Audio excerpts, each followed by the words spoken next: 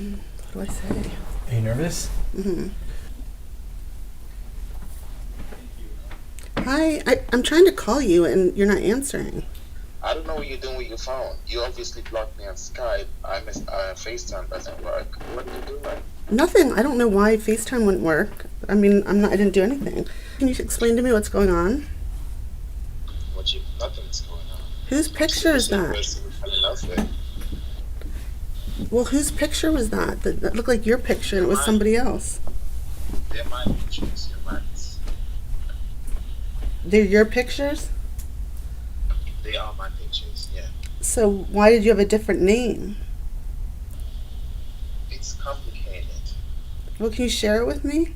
I mean, you want me to send you money. I want to make sure we have an honest connection and you really do love me.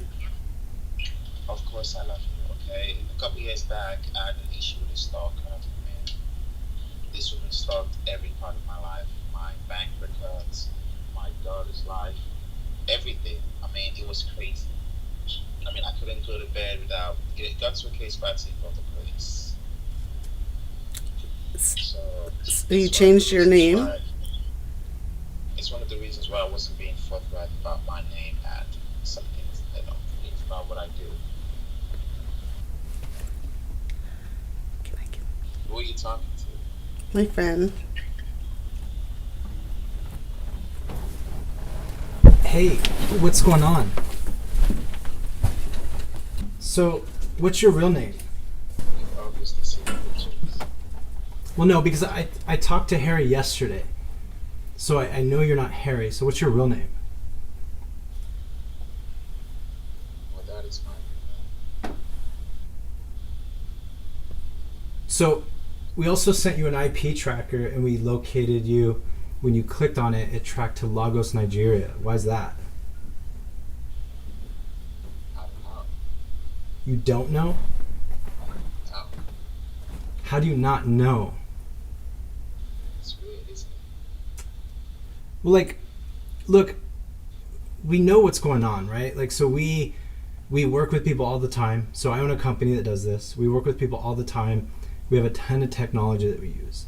And so we know that you're trying to scam. Well, we know you scammed Amy. You didn't try, you scammed Amy. And you're romance scamming her, and this is just, it's what you do. So it is what it is, but like... When Amy's ready to talk, put on the phone. What's that? When Amy's ready to talk, put on the phone. Okay, well, you don't boss me around. So, like, you can say whatever, but I'm asking you some questions, and... Oh, he hung up. He's in love with me. Yeah. And he told me who he is. Yeah. But the thing is like, at this point... I'm not going to talk to him Yeah. anymore, no. Because he's going to try to threaten gonna you. be mean, Yeah, he's yeah. going to be mean. But my heart's beating so fast. Because you're emotional, and like, you've been emotionally invested in this. And like, he's so like, he wasn't even like, I would think he would have been like more freaked out. but he did kind of panic, like he did sound slightly panicked. Yeah. Because he didn't know what to say. Like, he was just like, that's interesting, isn't it? I'm like, yeah, it is. Like, why? And he just like, you tell me. Like, he didn't know how to respond. I know. Baby girl, baby doll. Oh, wow. I'm sorry, Amy. It's okay. Almost like treat it like an alcoholic would with alcohol. Yeah, Like, okay. block it, don't go back to it. He's going to try to convince you, he's going to talk to you, sweetie, blah, blah, blah. He's going to reveal himself, like, the next step. He's going to reveal himself, and he'll be like, I'm broke, I don't have any money, this is where I'm at, and give the sob story. And then he might try to get you to do this to scam other people. Like, we've seen them. What do you mean? Like, So, like work with him to scam yeah, other people? 100%. So we've talked to lots of people that have been in the same situation. The scammers come clean and been like, look, I just live in a poor country. I actually am really in love, because they'll say that. Like that's the next part of the scam. Mm-hmm. They'll say, look, I'm really in love with you. Like, they have this down, like they've been doing this for a long time. I could fall so deep. Yep. I just got out of my interview with Social Catfish, and I have a mix of emotions. I feel relieved. I feel sad. Really sad for the women who've really lost their homes and their life savings. Thank God that didn't happen to me. I feel disappointed because I feel like the person I was looking at, I really loved, and he was so handsome to me, and it was like he dubbed the music in his voice, so it's like I really believed him. And then the more he started asking for money, and then he would get angry if I couldn't get it, then I started doubting him more and more and more. I appreciate Social Catfish because I uploaded pictures, and there was one of him on it wasn't the ones that I had, but then I wrote a letter to you guys and you reached out, and I felt really nervous about it. I felt like I was cheating on somebody for a long time.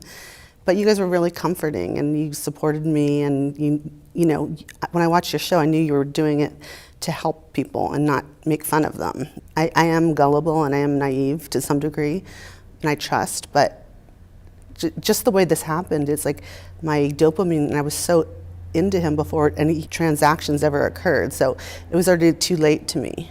Do you think it even really mattered if he was fake?